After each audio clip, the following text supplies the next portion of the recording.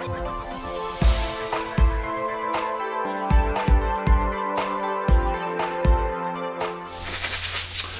so you join us as we're putting 1,000,001 holes into this. We're literally making it into Swiss cheese. So for this, I've got a little rotary tool with various size bits. Now, I've already done lots of this, to be honest, because it's a mammoth job.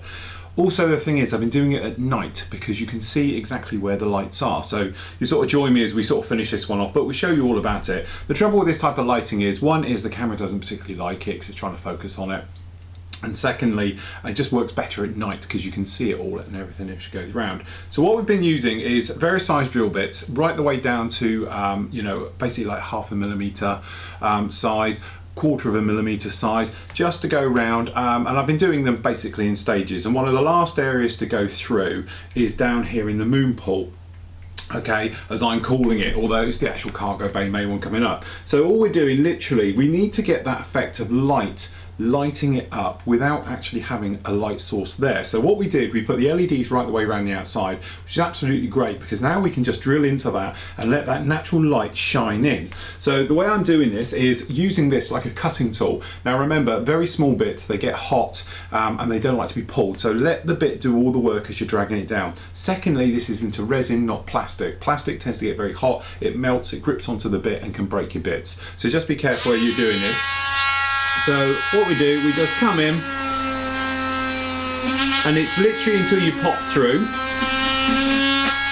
And from my point of view, sorry, my drill bit is slipping in there. I wonder why it was not going in as far as the other. Let's just tighten that up. So I'm just making like 3 holes and you can feel it when you go through, and you can actually feel if you go too far into anything. And as you can see, they're in there like that, and then all we do, we just come along with our bit, lay it in there, and gentle pressure, we just drag it across. So it's a cutting tool going right the way through, and as you can see, you get quite a lot of swarf. So we just then come in and blow that through, and then I don't know how well the camera can pick it up. If you angle it slightly, I can see a little bit of blue light coming through. Then you can come in again, and like a dental drill, just sort of tidy it up. Hopefully that's how well the angles will get this, but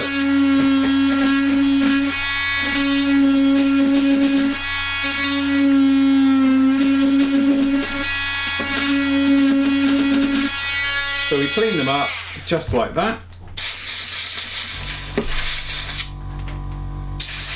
Give them a blow through, and then I don't know how well you can see, you might be able to see it in the light there. Just drop that camera in just a little bit. Hopefully you can now see we've got light coming in from there. Now that should shine in. Now unless you're looking at exactly the right angle, you're not going to be able to see it, so it should be quite nice. And then literally for the side ones, if I just put a couple more in, you're just coming along. So we say, right, okay, we're going to have one here. We go in, and this is it. Just been going around doing this everywhere. And for the little ones, all we've been doing is going along with our drill. Okay, got a bigger bit in this one now, so we're just going to put another one in here. And you can feel it as it goes through, and hopefully you can see the light sort of twinkling with it. And literally doing it until we drop in. Just like so. We'll just do one more up here. There we go. So they're in, hopefully, as you can see, when you catch them in the light, you can see it's all sort of twinkling and everything with it. And that is it, really. It's simple as that. Just going around, taking your time, doing them one after the other, and working our way right the way through. Okay, so when that's done, all I've been doing, going with an airbrush in there to blow out all the swarf, get rid of it all completely like that. Sometimes a brush, even a little bit of moisture on it, just to get all those dusty bits off and to go right the way through. Now, to be honest, I have gone through quite a few drill bits before I sort of perfected my technique for this. So if you are planning it, make sure you do have a few drill bits spare to go around with it. And to be honest, I've just done it again. The trouble I've been having is these little cones up here on the top, I keep breaking them off, and I've done it again. I've just bent another 2. They are so fragile, and when this thing's upside down, so if you are doing it, I've actually glued these in place now. Better off to put them on afterwards. So what I'm going to do now is literally finish off doing all the drilling of it, do a little bit of a night shoot to show you, and then we can show you about getting it on the stand, wiring it all up and completing. Okay, so with the starter drawer basically done, now all we've got to do is mount it onto its base. Now, we've spoken about it before, exactly we're going to have it. This is where the confessions come in. Originally, I did buy a very nice piece of granite, to be honest. It was one of these chopping board types, black, with a very, obviously that metallic fleck that granite has, okay? Now, beautiful piece, no problem at all, and I paid a tenner for it. Obviously we needed 3 holes, so I measured them all out. We had them all, you know, test fitted, absolutely fine. Went to drill the holes, got the first hole drilled, no problem at all. Second drill, yeah, okay, bit was wearing out of it. Third one, I think obviously I must have fractured the granite, because then all of a sudden it literally went bang like glass and the granite shattered absolutely everywhere. Needless to say, the bit went with it at the same time, so I assume the bit got slightly either broke, shattered, jammed the bit, cracked it. So that's put pay to that little idea. So short of taking it to somebody who really knows how to drill granite and got all the gear for it, instead of me doing it with a drill, you know, I've elected to put it onto wood as a temporary sort of base until I can think of something a little bit better. But obviously I need to push on with this. So first thing we're going to do is we've got the wiring. Now we've spoken about this one before, so this is actually put in now. It's actually resin holding this into the actual section itself, so there's no problem with that coming off. And also I've still got a little bit of the rubber from the clip itself holding in there. So basically all we've done, we've got one of these, cut it off, threaded it through, it's in there, it can't pull out, it can't push down, so it is in there fine without actually having to sort of crimp it or anything and change exactly what we've got here. Now originally I was going to have these done high polish, okay, and bring them up. Thing is though, with the Star Destroyer, it's an industrial lump, okay, and I'm thinking perhaps more of a brushed effect might be a little bit better with it. So what we've done, I've done one here already, and as you can see, it is brass rod, exactly the same, but I haven't polished it up. What I've actually used is the sanding sticks to sort of clean it up a little bit to give us more of what I think will be a better look, because I don't want it looking, you know, it's grey, it's a lump. I don't want it to be sort of, you know, a grey lump, you know, heavy industrial looking thing on some very nice shiny brass plinth for it. I want it to look that way, so I'm going with a brass tube brushed effect. So the easiest way to do that, you grab your length that you're going to do, okay, starting with quite a coarse sander, an older one preferably. Don't use a new one on something like this, because this will contaminate your model, okay. This is the type of thing where you use a leftover old dead sander, and then literally with the rough parts, okay, let me just do this section here to show you. You can give it the sort of brushed look by taking it down. Okay, and you're just taking the edge off it, and all you're doing really is giving the metal a flat texture. Okay, so you're not going to have a mass shine on it. Okay, but what it has got now, I don't know how well the camera actually pick it up, it's got, you know, you can see all the scratches in it, and we don't want that. We want it to look more like we've got over there. So working our way down through them, so I've got one here, exactly the same. Okay, I'm just going to run this one a finer grit, obviously, and this will give us, obviously take a lot of those scratches out and just give us a more fine look to it. But using sponges is better because they wrap around versus using a sanding stick, which is flat and going to give you sort of flat marks all the way around it. Okay, so we do it with that one. And then last but no means least, and really this is to help clean up as well, we're going to use the polisher. So again, an old polisher if you've got one. Okay, the blue side will take out all the scratches, so you're just left with a very nice flat type of look for it. And normally I did this one, the last one, to do the entire length was probably like a 5-minute job. So we're going to rush this and just do sort of half of it. But what I'm doing is gently twisting it as we're polishing up and down, sort of keeping the movements all over the place, just like that. Okay, and that gives us a really nice look, just like that. And actually on the camera it's looking like it's more like stainless steel, but trust me, it is still the brassy colour. Alright, and then last up we've got the polisher. Now the polisher just gives you a very nice dull edge, but don't overdo it, because if you overdo it you'll end up with it back like brass. So this is just a little finishing one, but as I say, don't keep going at it, otherwise you're going to shine it up. But there we go, and I know that camera looks like it's more of a sort of stainless steel look, but trust me, it's just a sort of flat industrial looking. That's better with two of them there, you can see. Rather than having something like this end, if I just polish this end up, a little bit of moisture. I just polish this end.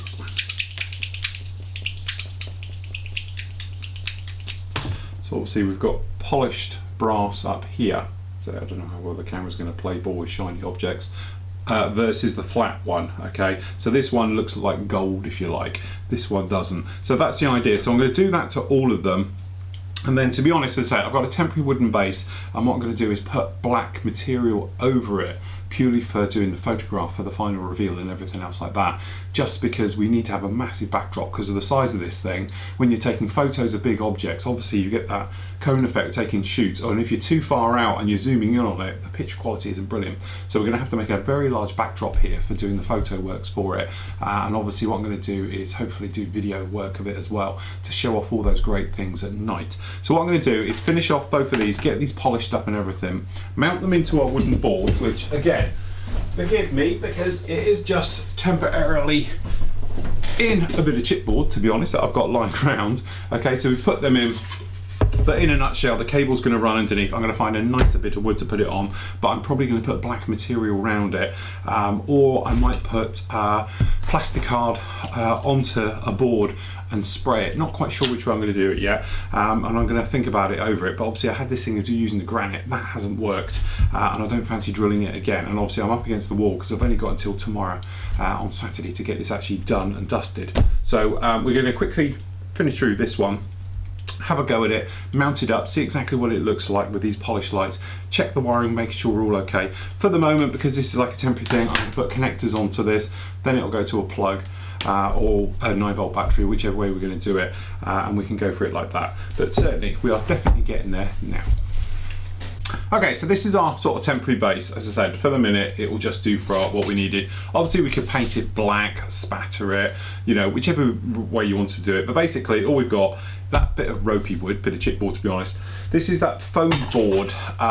It's like plastic card with foam in between it. It's great for using it for things like diorama bases, stuff like that. It's dirt cheap, it's like £3 for giant sheets of it. I've got lots of it back there, but it's great for doing stuff like this. The other thing as well, because we've got a cable running out the bottom, I've just put some pads of it on there, and to be honest we just super glued them into position just as a quick job.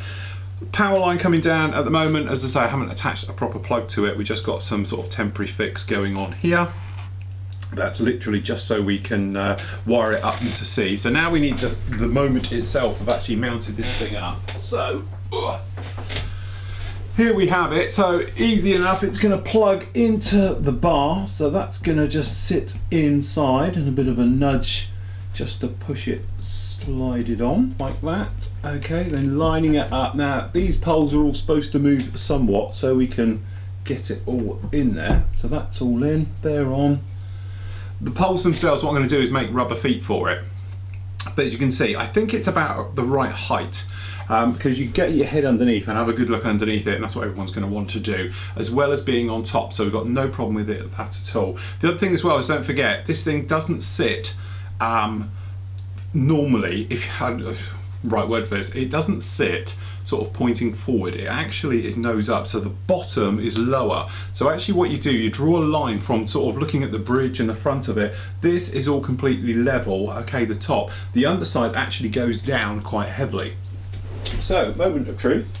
Let's wire this up and see what we've got. So, just plugging in, and there we have it. So, if we just slide this around just a little bit.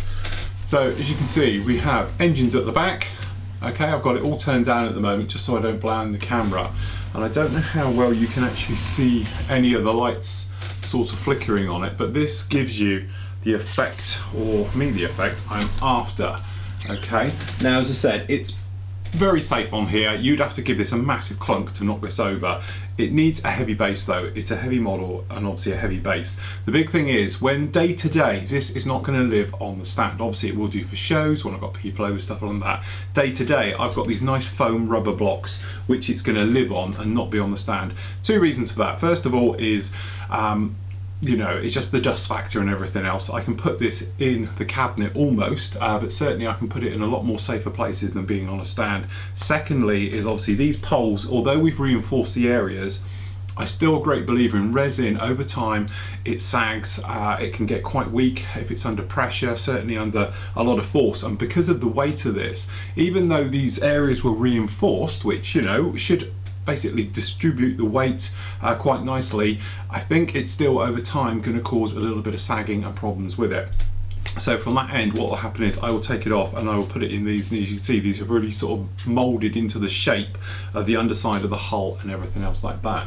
So there we go. As I said, what I'm going to do is filming work. I'm going to put a nice black sheet all down here and then up at the back for doing the final reveal, which I think will look really, really nice. Just I do need to organise something slightly better for the base. Now, as I said, I could spray this just completely black and then using spatter techniques with the airbrush to do stars and perhaps put some starry type things in with it. Did think about doing that. I thought about having a mirror. You could put a mirror in there so you could see right up underneath it. But to be honest, you can get your head under here and look up, so that's, you know, pretty straightforward.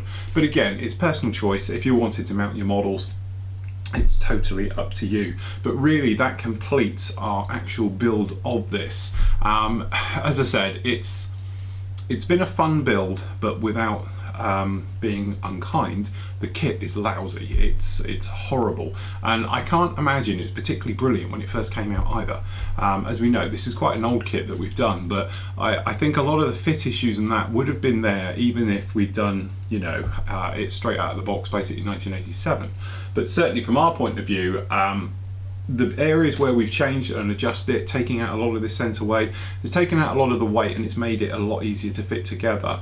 The other thing as well, LEDs. As I say, there's 257 LEDs in here, and I hate to think how many holes are in it now to bring this to life. Again, I know a lot of guys who use fibre optics, and I can understand the point with fibre optics, but I think just the hassle and running it all, this was a lot quicker, far easier than using fibre optics. Does it give the same effect? I think so. As I said, it's really hard when you see it on camera and it's fixed. When you look around it, the nice thing is you get that sight of light sparkle with the actual lights, you can actually see them. And I know LED, the fibre optics do it as well, but it just gives that sort of, I don't know, nice view. Because in the dark with this turned down, with obviously the engine's very low, it does give a fantastic glow to all the lighting and everything else. I know this was more of a build probably for me than it was for a lot of you. I know obviously sci-fi, working with resin, big lumps like this aren't really your thing, and thank you to a lot of you who have obviously stuck by me whilst I've been building this, because it has been a long old project, and it is my sort of personal dream build. So now I'll get back to doing normal stuff if you like, but certainly thanks for sort of putting up with me rattling on about how wonderful this kit is and everything else like that, and then falling apart nicely and it turning into a nightmare build. But certainly it was one of those things where I've loved every minute of it. It's fought me, it's been a problem, but with all the techniques we've learned over the years, and obviously I've shared with you, nothing that we couldn't handle. And at the end of the day, remember my philosophy: just do it the simplest and easiest way to do it. So it doesn't matter if you're talking like the LEDs and the lighting or with the resin. Sometimes it's better just to cut it out and start again, and it's like filling and things like that. It's better just to chuck in like we did with this. We use resin as a filler, just flood it, just fill it all up with resin. We'll sand it back, recarve it, redo it exactly as everybody else would do it. So as I said, it's been a fantastic build with this one. Really enjoyed it. I hope you've enjoyed it, and if you have, join me again next time.